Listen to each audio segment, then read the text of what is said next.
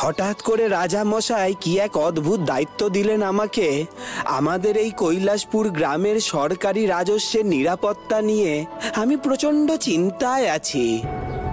চিন্তার কিছু নেই, কারণ এই সিন্ধুকের তালা ভাঙা অসম্ভব। একে শুধুমাত্র এর চাবি দিয়েই খোলা যেতে পারে, তাছাড়া এটা খোলা সম্ভব নয়। আর সেই চাবি মন্ত্রী মশাই আর আমাদের সেনাপতি ছাড়া তো কারোর কাছেই নেই। আর একটা আছে পণ্ডিত মশাইয়ের কাছে। আমি সেই চাবি নিজের কাছে রাখতে একদম সাহস পাচ্ছি না বাসুদেব। তাহলে এমন কি করা যায় না যে সিন্ধুক এক জায়গায় থাকলো আর তার চাবি অন্য কোথাও? হ্যাঁ, ভোলা ঠিক কথাই বলেছে। তা তো করাই যায়, কিন্তু চাবি থাকবে কোথায়? সেটার উপায় আমি একটা পেয়েছি। উপায়? কি উপায়? আমি চাই সরকারি এই সিন্ধুকের চাবি আপনি আপনার কাছেই রাখুন। আমার কাছে? আপনি দয়া করে না করবেন না। আমার বয়স হয়েছে, জমিদার মশাইয়ের কাছে রাখা যেত, কিন্তু আমাদের মহারাজ তো সেটা চান না। আর সেই নায়েব সদানন্দ খুব ধূর্ত, সে যে কখন কোথায় কি করে বসে তার কোনো ভরসা নেই। আপনি বিচক্ষণ মানুষ, আপনার কাছেই থাকুক এই সিন্ধুকের চাবি। জয় জয় মা, জয় মা কংসাবতীর জয়। ওং রিং ফট স্বাহা। জয় জয় মা, জয় মা কংসাবতীর জয়। মা মা দেখা দাও, মা দেখা দাও। মা মা তুমি এসেছো মা? কি চাস তুই? আমাকে ডাকছিস কেন? আমি যে কিছুতেই ওই ভোলাকে হারাতে পারছি না মা, আমাকে একটা উপায় দাও, উপায় দাও মা। তোর আরাধনায় আমি খুশি হয়েছি। আমি তোকে একটা জাদু পুতুল দিচ্ছি। এই নে, এই পুতুল তোকে তোর কাঙ্ক্ষিত জায়গায় পৌঁছতে সাহায্য করবে।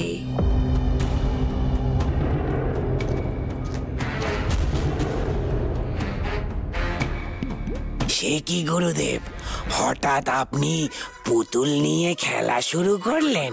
ছোটবেলার কথা মনে পড়ে গেল নাকি? চুপ কর শয়তান বাঁদর। তুই জানিস এটা কোনো সাধারণ পুতুল নয়। এই পুতুল এনে দেবে আমাকে কৈলাসপুর গ্রামের সরকারি রাজস্ব, আর আমি হব কৈলাসপুরের রাজা। কি? এই পুতুল এনে দেবে সরকারি রাজস্ব? একটা বাচ্চার কাছে হার স্বীকার করতে করতে আপনি মনে হয় বিচার বিবেচনা বুদ্ধি হারিয়ে ফেলেছেন প্রভু। কি বললি তুই? এ কি করলেন গুরুদেব? এই অল্প বয়সেই আমাকে বুড়ো বানিয়ে দিলেন। আরে মূর্খ খক্কস, তুই চিন্তা করিস না। তুই হচ্ছিস এখন এই খাজানা পাওয়ার প্রথম হাতিয়ার, তাই তোকে বুড়ো সাধু বানিয়েছি। তুই এই পুতুলটা নিয়ে আমার পরিকল্পনা অনুযায়ী ভোলার বন্ধু বকুলের হাতে পৌঁছে দিবি। বকুলের কাছে? তারপর? কাছে আয়, সব কথা জোরে বলা যায় না।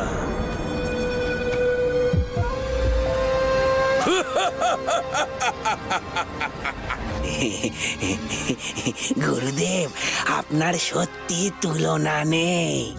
যা খক্কস।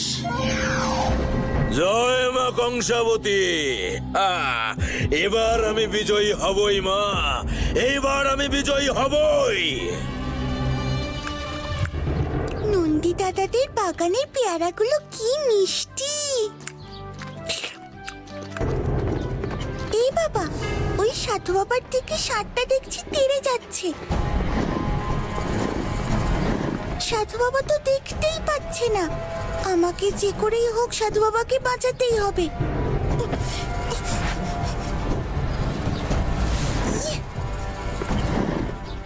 সাধু বাবা, আপনি ঠিক আছেন তো? আপনার কোথাও লাগেনি তো? হ্যাঁ মা, আমি ঠিক আছি। তবে তুমি না থাকলে আজ হয়তো অনেক বড় বিপদ হয়ে যেত। তোমাকে অনেক ধন্যবাদ। আহারে, আমার জন্য তোমার পেয়ারাটা নষ্ট হয়ে গেল। ও কোনো ব্যাপার না, ওটা তো সামান্য একটা পেয়ারা। না মা, আমার খুব খারাপ লাগছে। তাই তোমার জন্য আমার কাছে একটা উপহার আছে, তুমি নেবে? উপহার? কি উপহার? এই নাও। এটা আমার জন্য? কি মিষ্টি দেখতে পুতুলটা। হ্যাঁ মা, এটা তোমার জন্য। ধন্যবাদ সাধু বাবা, আমার এই পুতুলটা খুব পছন্দ হয়েছে। এই পুতুল জাদু পুতুল, তুমি বাড়ি নিয়ে যাও।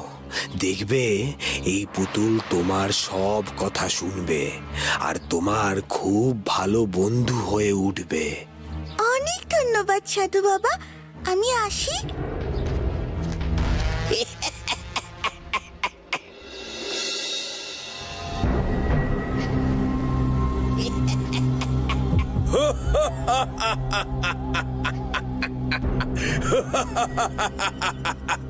এবার দেখবো কে বাঁচায় কৈলাসপুরকে। এই জাদু পুতুল সব তছনছ করে দেবে, সব ধন সম্পদ লুট করে নিয়ে আসবে ওই পুতুল।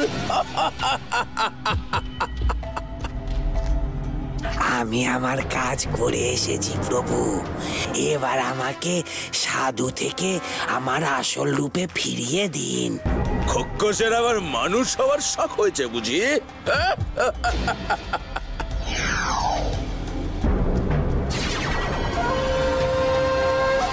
এবার দেখ আমার বিজয়। তুমি কত সুন্দর, একদম অপ্সরার মতো। কত ভালোই না হতো যদি তুমি আমার সঙ্গে কথা বলতে পারতে, তাহলে খুব মজা হতো। বলো বলো, আমি শুনছি তো। ভয় পেও না বকুল, জানো তোমাকে খুব মিষ্টি দেখতে। আমি আজ থেকে তোমার বন্ধু। তুমি কথা বলতে পারো? হ্যাঁ, আমি তোমার সাথে কথা বলবো আর খুব মজা করব। তাই? সবাই জানতে পারলে কত খুশি হবে। আমি এক্ষুনি সবাইকে বলছি। না বকুল না, এমন করো না বকুল, আমার কথা শোনো।